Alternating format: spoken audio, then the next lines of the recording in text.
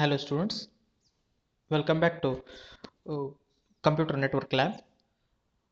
So moving on to the next question, write a program for simple RSA algorithm to encrypt and decrypt the data.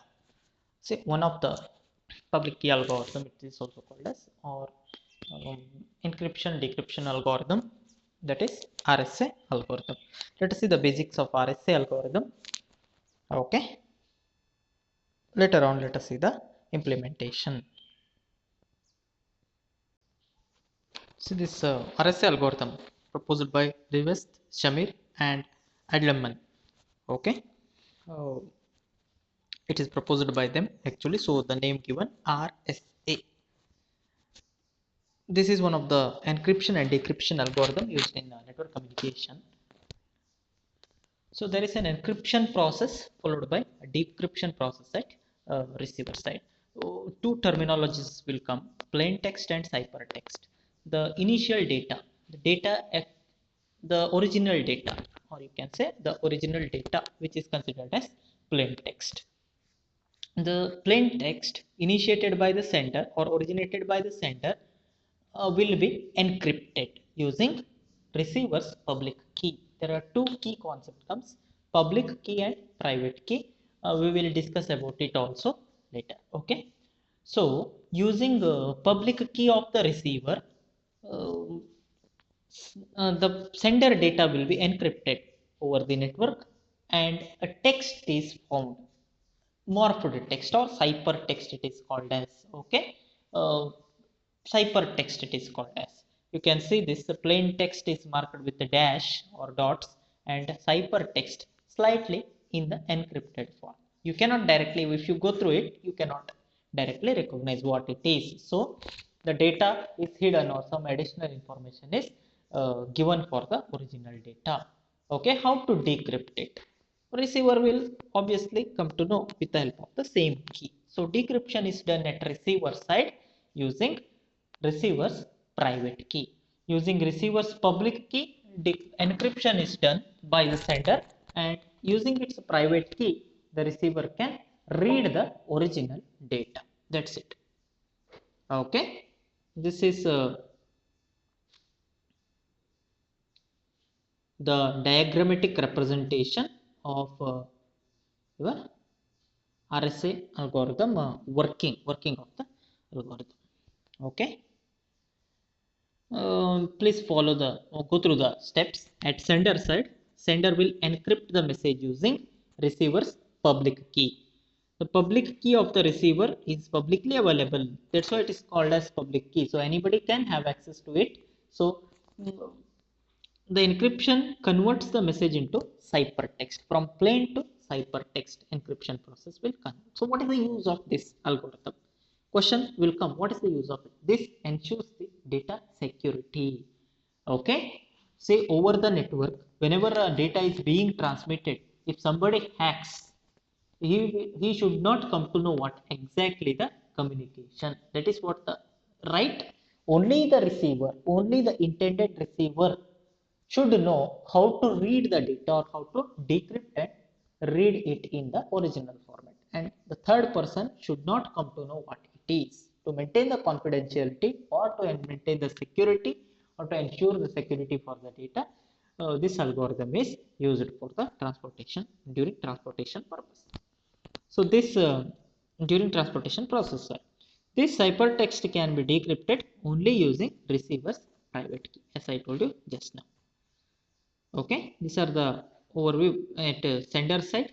At step 2, the ciphertext is sent to the receiver over the communication channel. So from receiver side, now sender we have discussed about. In between we have a media or medium for transmission, right, where ciphertext is being transmitted. At step 3, you have to analyze the scenario from the receiver side.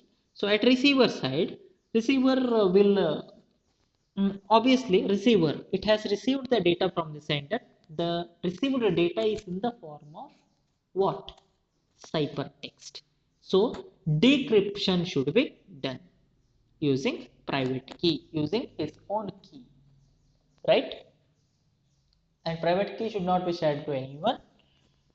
private key of the receiver is known only for that. It is a confidential element. It should be known only for the receiver. Using the public key, it is not possible for anyone to determine the receiver's private key. So public key is different and private key is different. Public key is just an information about the uh, receiver. Anybody can come to know, but the decryption method, which can be done or which can be followed only by the private key, so the third person will not come to know about it. After decryption, ciphertext converts back to readable format or plain text, you can say. So there are some advantages. Cryptography, the public key cryptography it belongs to, so there are advantages like it is more robust, okay, less vulnerable, you can say, for the uh, third party breach attempts. There are some disadvantages, obviously. So it involves high computational requirements, so it takes time and some additional effort is required for computation purpose, and it is slower. Okay, it is slower, the process is slower. Obviously process will be slower because you need to go for conversion. Plain text should be converted into using different formula. We are using some formulas here, and the formula uses prime numbers and all. Okay, as the number, the value you have taken is high, then obviously the time required to compute also more. Okay, two key to be maintained, public key and private key. So there are different two algorithms are there actually, RSA and Diffie-Hellman. So we are talking about the RSA algorithm. So RSA algorithm, you need to have two keys as I said earlier. So public key, which is marked by pair of entity E and N, and private key is marked with a pair of entity again D and N. So what is E, what is N, as well as what is D, we will discuss. Please remember these terms. Okay, so at sender side, sender represents the message to be sent as an integer between 0 to n minus 1. Okay, this is what the assumption. Sender encrypts the message using public key of the receiver. It rises the plain text message p to the e to the power eth power mod n. So the ciphertext is the thing, but p to the power e mod n, where p is the plain text. Okay, p is the plain text.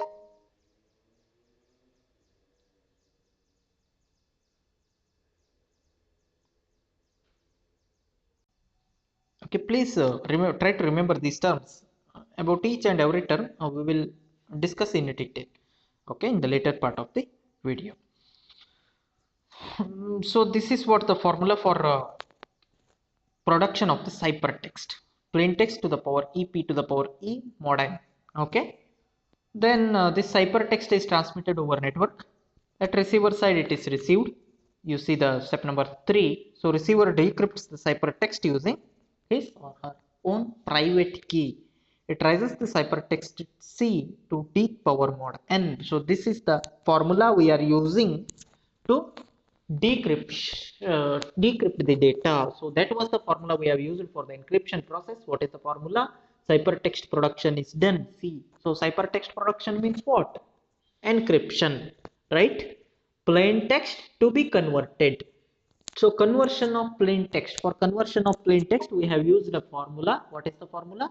Plain text into plain text to the power e mod n. This is the formula we are using. Similarly, for reverse process, I mean for conversion of ciphertext to plain text, this is called as decryption process. So decryption process is done using the formula. How plain text is produced? Plain text is produced back p equal to, this is done at receiver side, p equal to c to the power d, because c is the data received at receiver side, right? What is c? C is ciphertext. Ciphertext c to the power d mod n. Okay.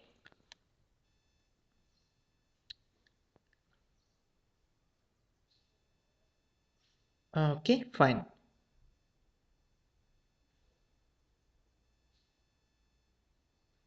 Here we need to follow some steps to generate the public key and private key. This question comes, how what is public key and what is private key, and how to generate them. Okay, how to generate them. So for this purpose you need to choose prime numbers, two prime numbers. Let us denote them as P and Q. They should be different. Okay. They are for the computation purpose. We are not taking uh, this one large numbers and all, because if you take large number then tracing will be difficult. Number of steps involved will be high. Number of steps involved will be high means what? For tracing purpose, for iteration purpose, it is hard to compute. We are taking the smaller values only, but if you take, it is better if you take the values, large values. Okay. Now calculate n, and now calculation is done. How calculation is done? N is calculated as follows: n equal to P into Q. See, this multiplication or the product of two prime number we are storing as n. Product of two prime numbers we are storing as n. N equal to P into Q. N equal to P into Q. Then we are computing a function uh, phi of n. Okay. This is P minus 1 into Q minus 1. This product will give you phi of n. Okay. So these things are required for the computation purpose.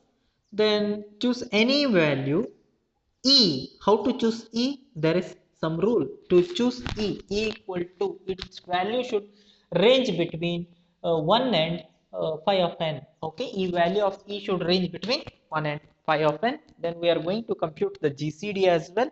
GCD of E and phi of n should be equal to 1.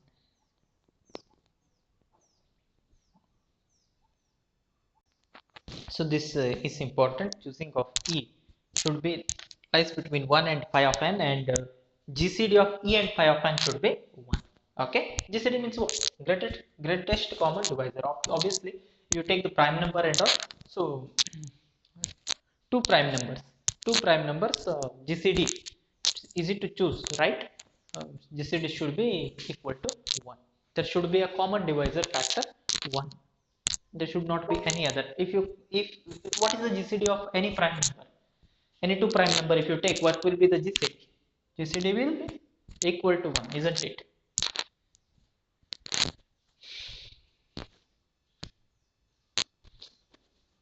Okay. So I'll come to the program as well.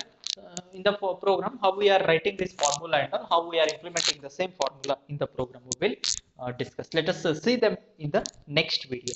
uh, Please try to understand all the concepts. Go through the diagram carefully. The concept is simple actually, but the formula need to be remembered. Formula is the step proposed by three people. RSA, as I told you earlier, right? Uh, the name of the scientist. So three members. Name, initial letters are given. Rivest, Shamir, and sorry, yeah, Rivest, Shamir, and Edleman are the three people. Okay, they have proposed this algorithm, one of the asymmetric key algorithm. It uses two keys, private key and public key. Private key is known only for the receiver, and its public key is known to everyone. First, receiver's public key should be distributed to the sender. Using this public key, using this public key, what will happen? Receiver will, sorry, sender will encrypt the data. Sender will encrypt the data using formula. So, you need to go through the formula and all. So please remember the step. Sender will encrypt the data. So encryption of the data means production of ciphertext. So what is the formula for production of ciphertext? C equal to P to the power E mod n. What is P? Where P is the plain text. Okay, and Your question will come, what is n? Actually n is product of two prime number, that's it, p into q. Okay, so next is what? Next is e, you are supposed to choose. Okay, what is phi n? Phi n is computed again, p minus 1 into q minus 1. It will give you, this product will give you sorry, product of this value is considered as phi of n, and GCD of 1 and phi of n will give you E. That's it. Okay, that's it. You have to use that formula, find the ciphertext. Then at receiver side, the process is the inverse process we are finding. Inverse processing is what? Conversion from cipher to plain. So encrypted to original. The process of decryption it is called as. Here you need to again remember the formula. Another formula we have. How to produce the plain text. Now you are producing plain text. P. How it is produced? P equal to. You have the ciphertext with you. C. Right? You have the ciphertext with you. C. Right? So C to the power D mod n. C to the power D mod n, which will give you the plain text. Okay, any doubt? So how to determine D? Actually we have a formula here for determining D. D equal to 1 plus k phi of n divided by E. What is k? So E you are aware of, phi of n you are aware of, right? K is a positive integer which gives the integer value of D as a result. Any positive integer that is considered as k. Please remember, C to the power D mod n, which will give you plain text P. So what is D? D equal to 1 plus k into phi of n by E. You know what is E is, you know what is phi of n is, and k is an integer, positive integer value. Okay, this will give you value of D. A positive integer right from 0 you can substitute.